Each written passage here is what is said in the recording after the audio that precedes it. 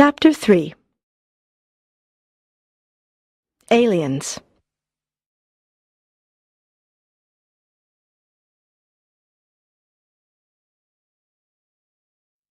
That afternoon, I sat on my bed and thought about my first 2 days of high school.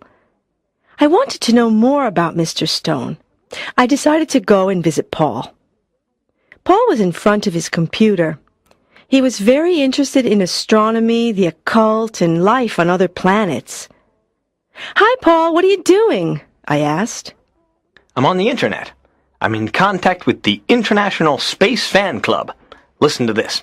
Something very important is happening. A comet is passing through the Virgo constellation.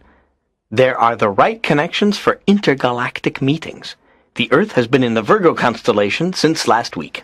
"But what are intergalactic meetings?" I asked. They're voyages of aliens to our planet.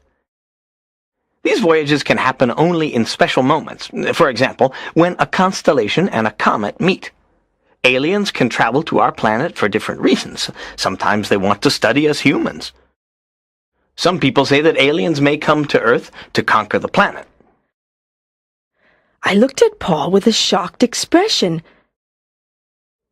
An idea started to form in my mind. What's wrong, Jenny? Paul asked. "Maybe Mr. Stone is an alien," I exclaimed. Gee, aren't you exaggerating?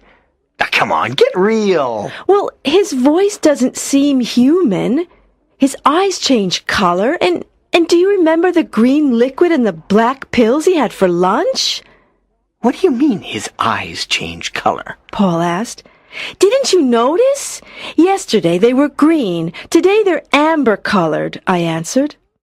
Even if his eyes change color, I still don't believe he's an alien. But the comet explains everything.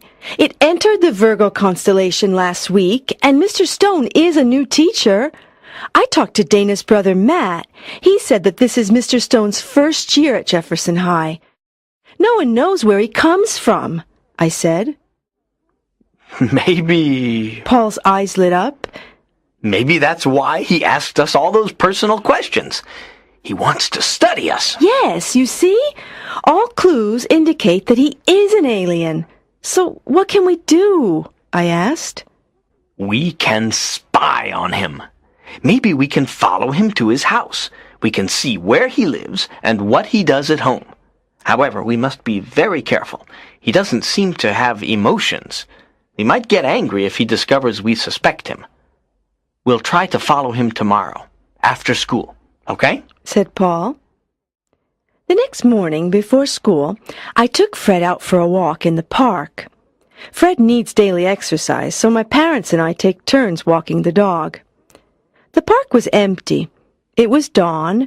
A lonely bird chirped in the trees. The grass was wet with dew. There was peace all around. Suddenly, I noticed something or someone moving behind the bushes.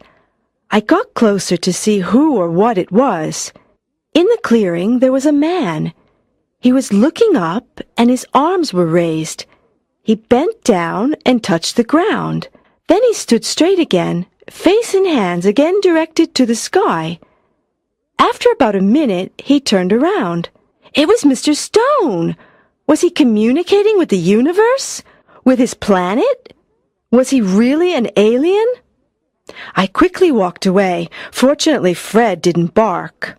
I took my dog home and then met Dana. We walked to school. I wanted to tell her about Mr. Stone, but I didn't. It was too difficult.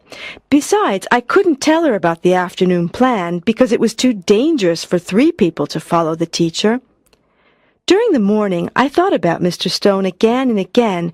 I was scared, but also excited.